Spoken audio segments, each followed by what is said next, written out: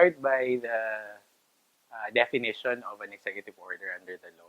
An executive order is defined as acts of the president which relate to rules or regulations of a general or permanent character in the implementation or execution of certain provisions of the Constitution or a provision of a special law or statute passed by Congress. So, as I've mentioned earlier, we all know that the rulemaking authority or the ordinance power of the president is only a delegated power from Congress. So, meaning, in the Philippine jurisdiction, di ba alam naman natin na there is a there is an existing hierarchy of laws. So we have the Constitution as the highest law of the land. Second, we have laws passed by both houses of Congress, and we have presidential issuances or executive issuances. So in the hierarchy of law, siya yung pinakamababa, meaning the president cannot exercise his rule-making authority or his ordinance power until and unless there is an existing constitutional provision or an existing special law passed by Congress, which will serve as its basis. So, meaning a president can only issue executive orders in the implementation of a provision of a constitution or a provision of a law, but he cannot issue laws. He cannot sign or approve laws.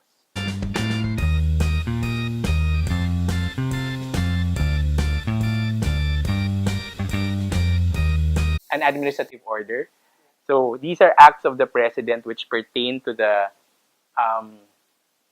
to his powers and functions as administrative head of the office of the president and the entire executive branch of the government. So alam naman natin that the president is not only the head of state, but he is also the big boss of the office of the president and the rest of the executive branch of the Philippine government.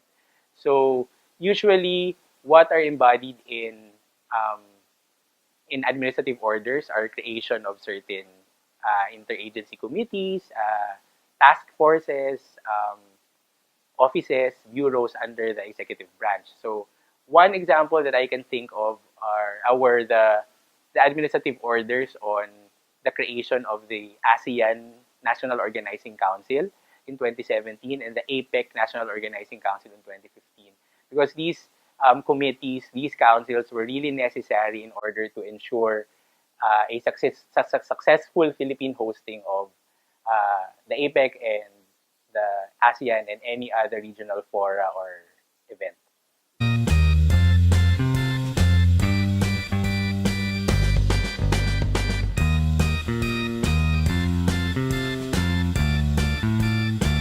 Also have proclamations. Gaya ng sinabi ko kanina, it fixes a date or declares a status or condition. Like the declaration of martial law in Mindanao.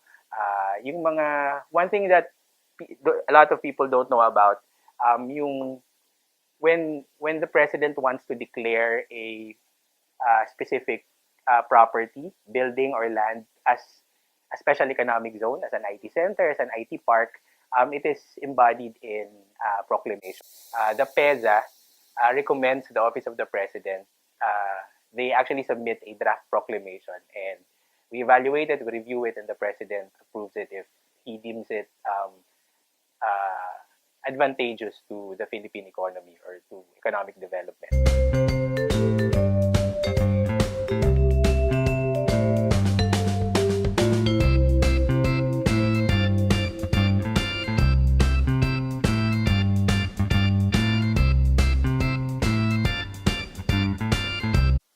If the president wants to inform all or some of the departments, offices, or bureaus of the government, it's through a memorandum circular. So example ng memorandum circular ay halimbawa, he wants to declare suspension of work in government lang, hindi kasama yung private sector.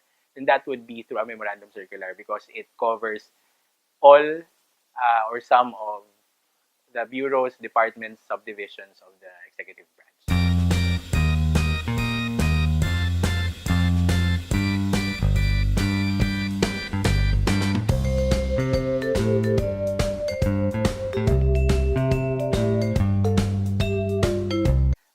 If the president wants to focus on one officer or one agency or department, it's through a memorandum order.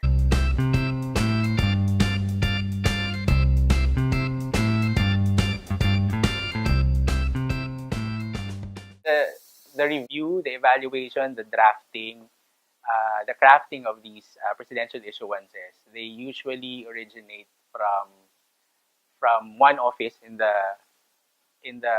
office of the president. It's the office of the executive secretary. So we have the deputy executive secretary for general administration. We have the deputy executive secretary for legal affairs. We also have the deputy executive secretary for finance and administration. And the fourth one is the deputy executive secretary for internal audit. I'm part of the ODESGA, or the office of the deputy executive secretary for general administration. Most, if not all, of executive issuances come from our office. Yung legal affairs kasi, if it's a purely legal matter, like for example, the proclamation of martial law in Mindanao, sa kanila yun. They're more adept with the constitution, with existing special laws, statutes, ganyan.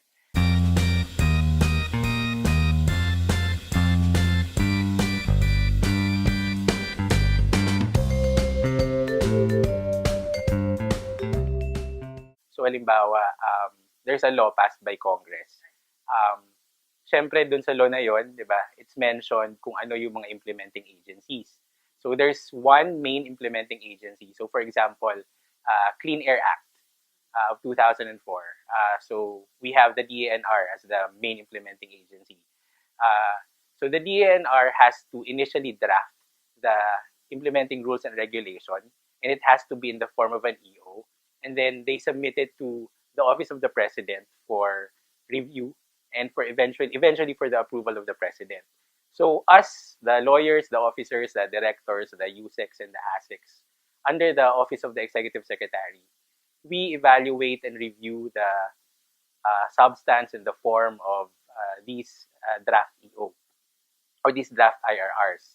And upon evaluation, if we find that there are numerous documents or supporting instruments that we have to ask or request from the requesting agency, then hihingi namin sa kanila. Because we have this presidential issuance called Memorandum Circular number 68, series of 2004. This was issued during the time of President Gloria Macapagal-Arroyo. It talks about the requirement of complete staff work, wherein when one agency submits to the Office of the President a request for the approval of an EO or any other executive issuance, all supporting documents must already be attached to the draft EO. So kami sa Office of the President, we refer it to the appropriate agencies kung kailangan ng comments nila, ng concurrences nila, ng recommendations nila.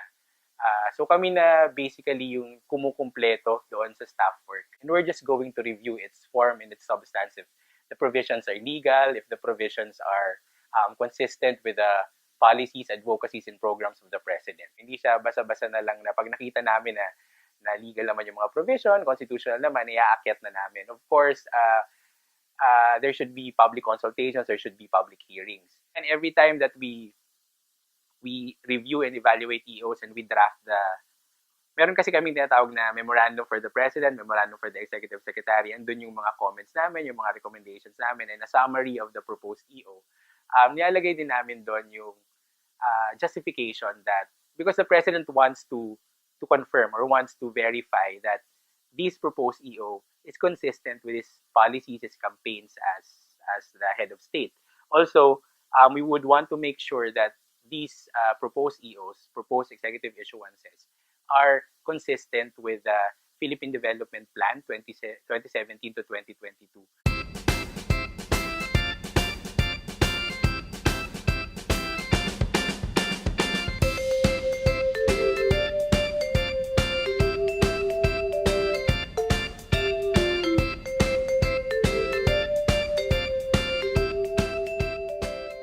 Civil society groups, even private sector can submit to us proposed EOs and proposed executive issuances.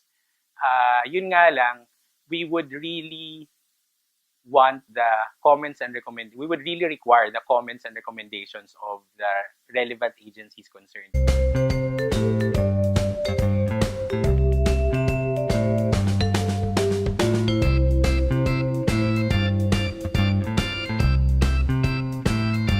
Coordinate with the implementing agencies.